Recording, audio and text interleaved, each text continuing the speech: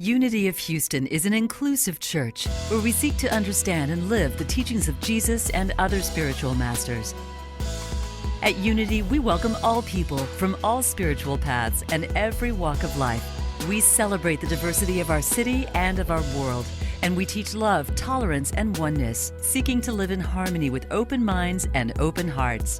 Wherever you are in your spiritual path, you are always welcome at Unity. Join us and discover that the life of your dreams is already within you.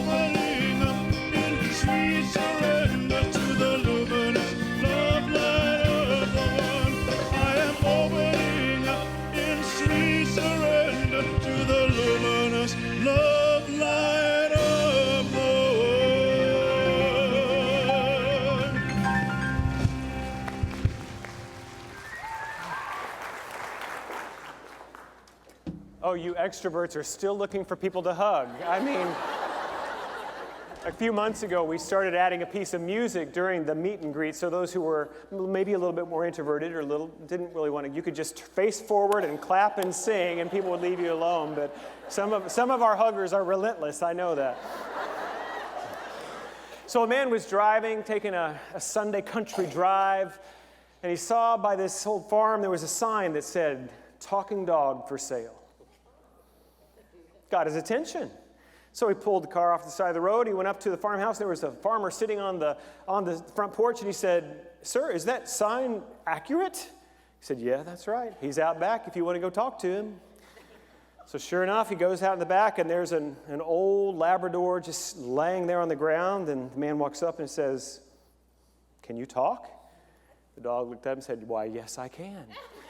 He was astounded. He said, "Well, I need to know your story. Tell me your story." And he said, "Well, as a very young pup, I was recruited by the CIA to be a spy. Nobody ever suspected a dog of being able to have conversation and understand language. So I flew all around the country, all around the world, in rooms getting information for our government. It kept many people safe. It was a powerful job, and I'm glad I did it. And then after that, I worked in the airports, undercover, and getting all sorts of information there too, keeping our country safe. And then after that, I decided it was time to retire, so I settled down, met a good lady dog, and had a mess of pups, and here I am retired." And the man was just astounded by this story, so he goes back to the front porch, and he said, "How much is that dog?" And he said, $10. "What? $10? How can you only ask $10 for this dog who's had been so amazing?" And he said, "He's a big liar. He's never left this yard."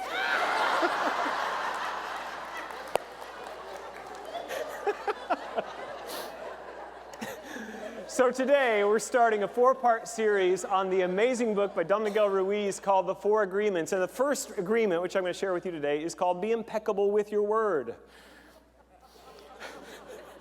And there are layers of meaning, layers of being in relationship with impeccability of word. And the first is just that, don't tell lies. Don't say stuff that ain't true. That's the basic way that we enter into this understanding of being impeccable with our word.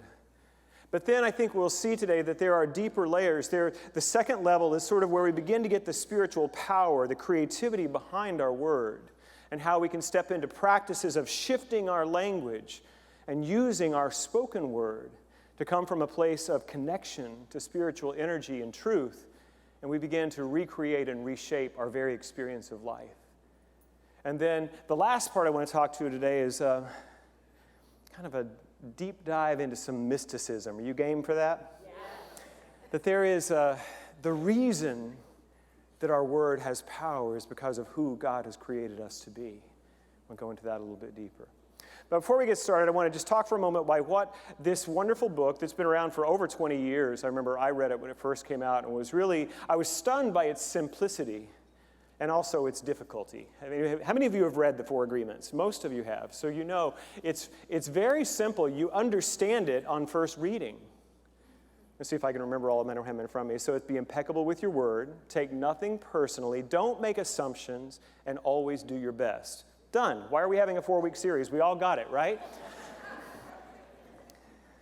Mary Morrissey talks about this idea that we get this disease called know-about-it-ism, where we understand the words spoken in the language and we get the concept, so we think we know it.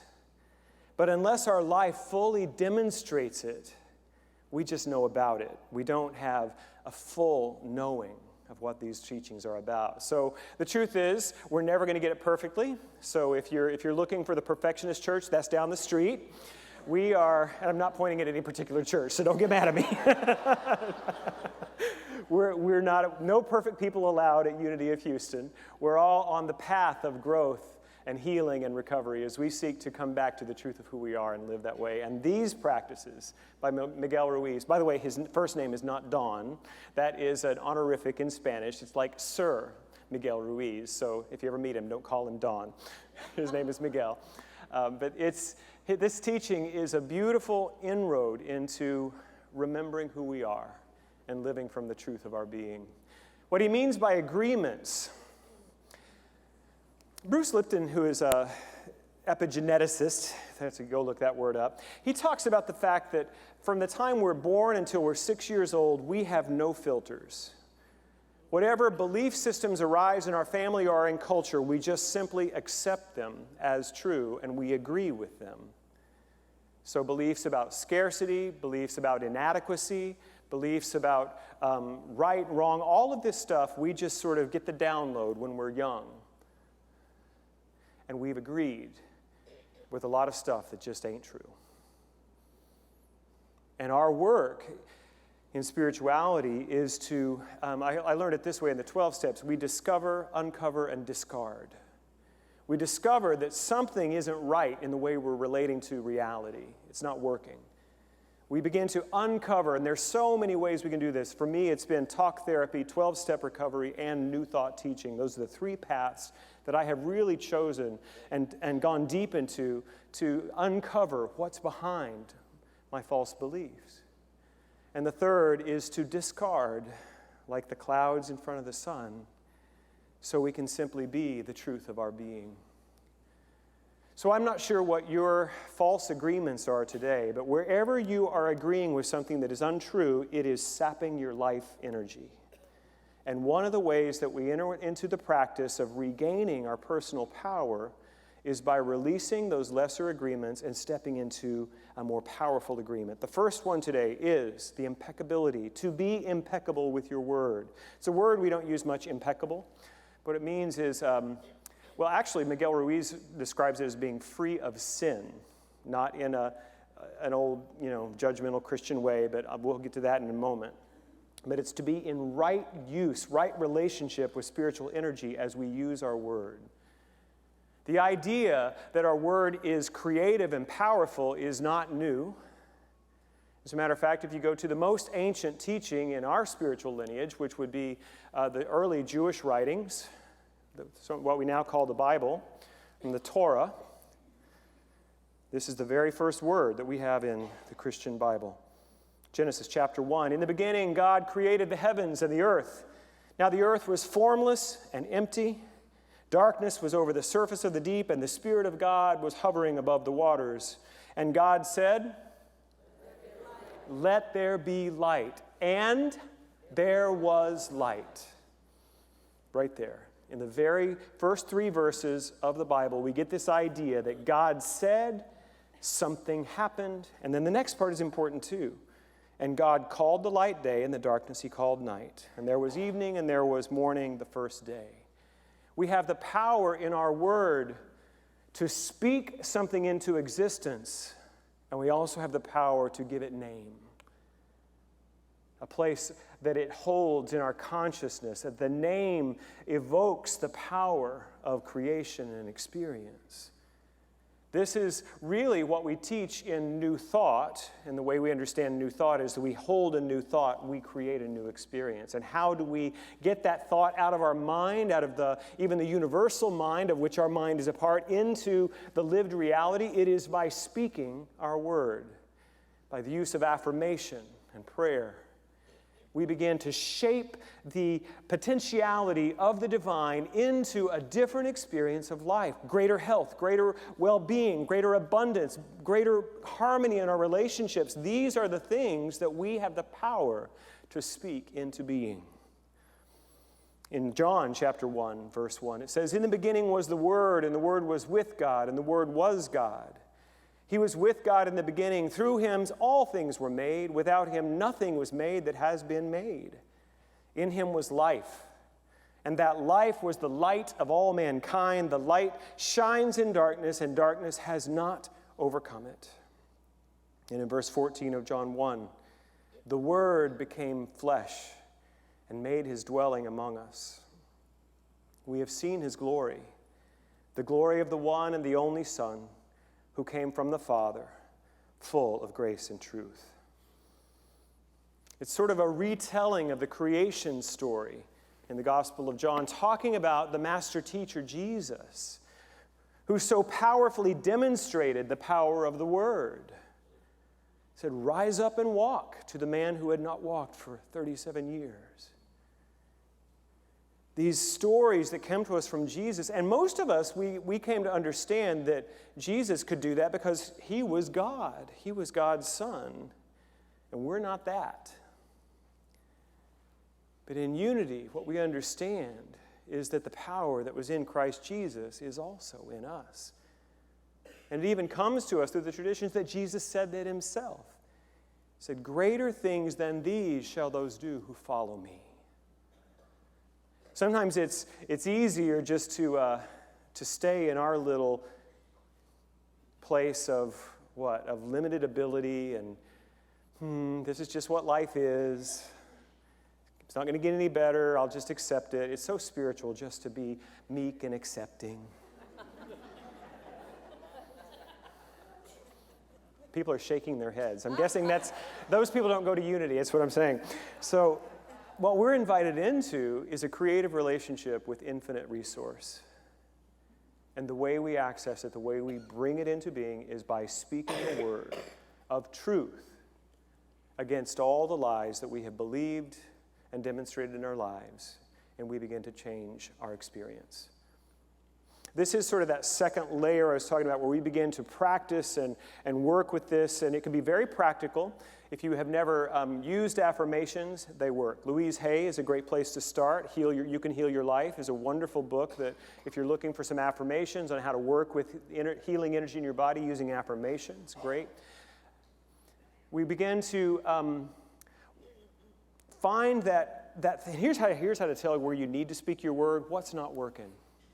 That's the place where you're being invited into a different relationship with reality. Here's my practice for you this week. Pay attention to what you're saying after the words, "I am." What do you hear yourself say after "I am"? I am so tired. Can you feel the rut of my pattern of saying that one? John's laughing. He's heard me say it a few times. I'm just no good at X, Y, and Z.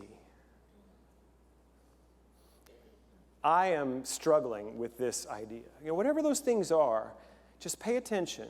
Now, I do want to say, we're not going to be the thought police, and we're not going to tell you that you can't talk about the human condition as it is, but just be careful with the way you use the words "I am," because that is your entry into creation. And to be impeccable with your word is to speak from your spiritual truth. The divine potentiality of good is waiting for you to speak it into your existence. And if you're like me, it's going to take some time. This is not something you speak one affirmation, get it all fixed, and you're good to go. There is a process of releasing those old and limiting ideas, and they continue to show up as what's not working in your life. You'll be continued into an invitation to uncover what the old belief is, to discover it, uncover it, and discard it. But the last place that I want to go, actually, I did want to share this with you. These are some Bible verses that talk about this power. Proverbs 18:21, the tongue has the power of death and life, and those who love it will eat its fruit. Job 22:28, this is one of my favorites. You shall also decree a thing, and it will be established for you, so light will shine on your ways. And Matthew 15:11, what goes into someone's mouth does not defile them, but what comes out of their mouth, that is what defiles them. The power of our word, for good or bad. Miguel Ruiz talks about it. It's almost like we're magicians, having the ability to cast spells of white magic or dark magic. We can speak life or obstruction and bondage and death, and that the choice is ours, not only for ourselves, but what we do for others. But Miguel is really quick to point out that when you speak a curse over someone else, who is the one that is cursed? Yeah. That we're speaking from a consciousness of separation, and we experience the effects of that. Well, that was kind of my talk, and then I was driving to Spring Branch, Texas on Friday night. I was doing a wedding for a couple from our church, and I had 3.5 hours there and 3.5 hours back, and I was listening to some podcasts, and I got inspired, I'm sorry to tell you. Something else wanted to happen, I think, this morning. Now I'm going to talk to you about sin. Are you ready? Lock the doors. No, I'm just kidding. I talked a couple of weeks ago that we don't hold sin as being this terrible thing that you've done and you get punished for, but rather sin is missing the mark. We haven't fully realized the divine truth of our being. And this is what Miguel Ruiz says in chapter 2 of his book on the impeccability of your word. He says, a sin is anything that you do which goes against yourself. Everything you feel or believe or say that goes against yourself is a sin. You go against yourself when you judge or blame yourself for anything. Being without sin is exactly the opposite. Being impeccable is not going against yourself. When you are impeccable, you take responsibility for your actions, but you do not judge or blame yourself. How many of you grew up with the idea of original sin? Most of us did. I did. I was taught that humanity is flawed because of Adam and Eve and what they did. We are all doomed to this experience of being separate from God until we have the atonement experience through the blood of Jesus. This is what I was taught. Most of us were. I was listening to a podcast by Rob Bell, and he was interviewing this guy named John Philip Newell, who is a modern-day Christian mystic from Scotland. And John Philip Newell was talking about the truth that comes to him. He's actually ordained in the Church of Scotland, but he did a deep study into what he calls the Celtic line. And in the 2nd, 3rd, and 4th century, there were these mystic Celts in France and Scotland and Ireland. They were going on a deep relationship with Jesus and a deep relationship with God, and they were discovering something different than original sin. What Newell says is that if we believe in in the doctrine of original sin, what that means is that at the very core of who and what we are opposed to God. And what these early mystics felt and intuited and divined was that is not the truth, that at the core of who and what we are of God, not opposed to God. Does this sound like unity? That love everybody church, is that who we are? That we believe in the indwelling divinity of all. And we thought we invented it, huh? No. Michael Beckwith coined the term ancient wisdom, new thought. This understanding of our oneness with God goes back to the dawn of time. But people have forgotten. And in the 4th century, the Christian church aligned itself with the power of empire and adopted this tradition, this doctrine of original sin, consciously or unconsciously, but I think it was a way to control the people.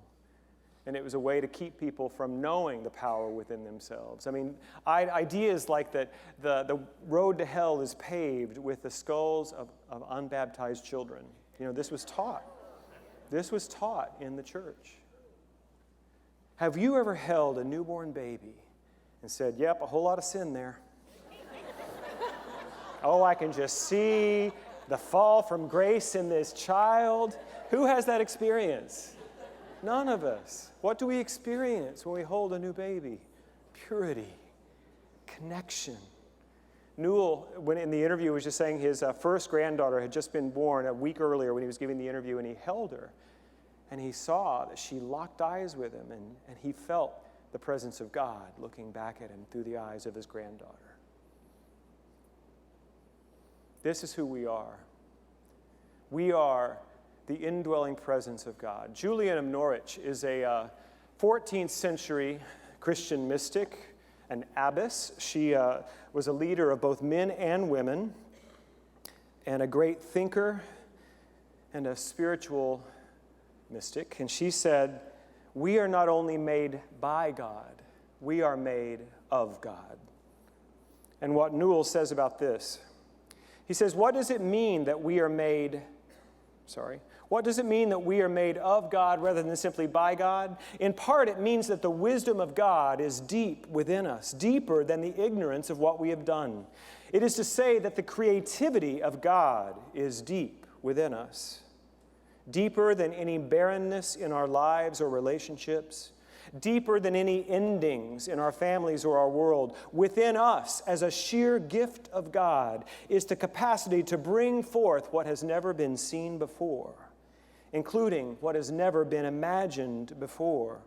Above all else, as Julian says, the love longings of God are at the heart of our being.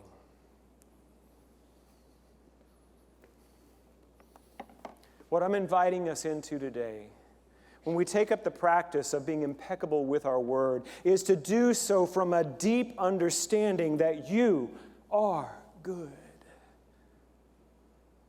You've made mistakes. I've made mistakes. We have acted from a false identity over and over again. Those patterns of fear and separation, we all have them. But at the core of who and what we are good. We are loved, we are lovable. And when we begin to speak our word from this place of deep connection to the indwelling presence of the Holy Spirit, what we create is not just more palaces, princes, and parking places. We create a world that is changed. As Miguel Ruiz says, we transcend to heaven on earth. One of my spiritual heroes is Thomas Merton, an American born of two artists, and they had a wild kind of roaming the planet childhood. They lived all over. He was schooled all over Europe, and kind of a strange upbringing. He was exposed to a lot of wonderful things, but he had some deep fear and sense of unworthiness. And what he noticed is that when he was in Rome one time, he was taking a tour of churches, and he felt strangely compelled to spend time in these churches. He didn't know why.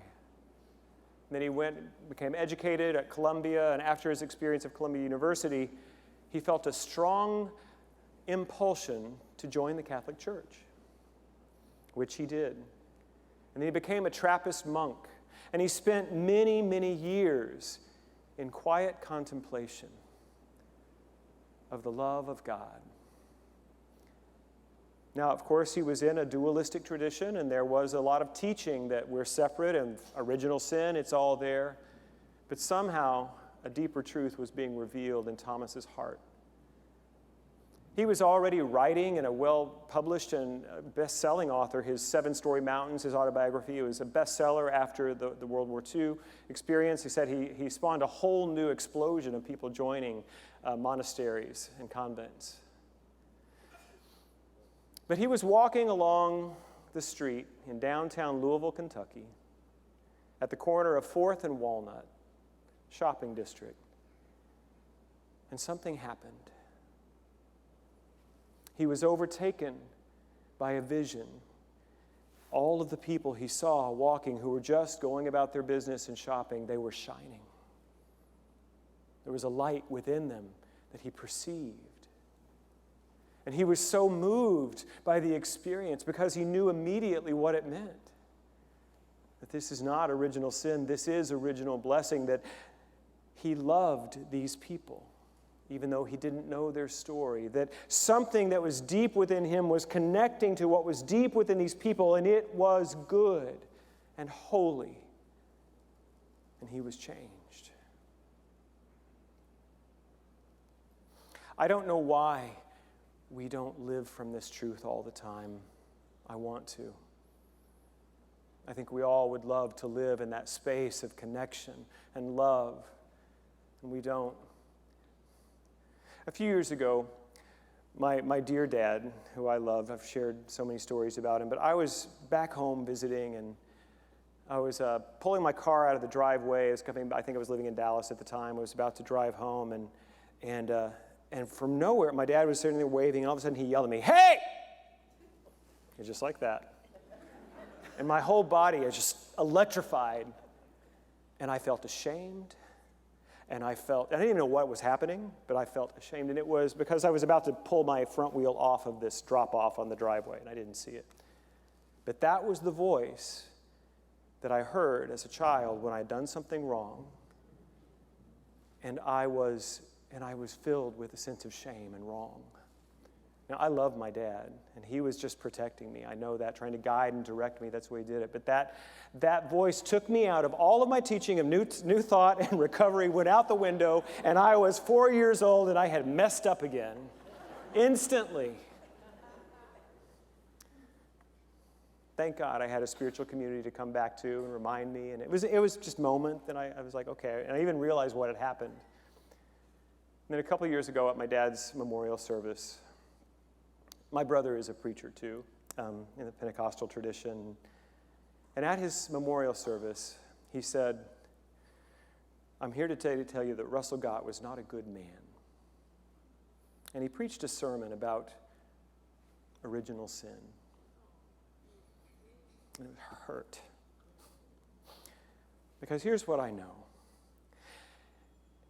In that tradition, I understand that perspective, that we need a reconciliation to God. And it's clear to see that we do not get it right. But I know my Father to be a good man. That something in me saw him shining, even when he messed up and struggled. And I really owe that to you. To a New Thought community. It was actually a church in Dallas that taught me, he's like, no, that original sin stuff, no. Even when people forget and they mess up, they're still good. They're still good. And I've been practicing that now for 25 years, imperfectly. But it has changed the way I show up. I keep saying this, and I just feel it so strongly. Something is happening in this community. There's a quickening, there's an awakening to a deeper realization of the goodness of God indwelling all people. And we're being called up and out and into life to remind people of what they've forgotten, that they're shining. And you are being called when you're walking down the street at Post Oak and Westheimer, or wherever you are, is to see the light that is shining. Right now, I see it in you. Thank you for seeing it in me. I love you. God bless you. Thank you for watching this message today. I'd like to invite you to join us in person here on campus at Unity of Houston for Sunday morning or Wednesday evening services. If you can't be with us here on our campus, you can still join us live on Facebook or on our website, unityhouston.org, Sunday mornings at 11 a.m. Central.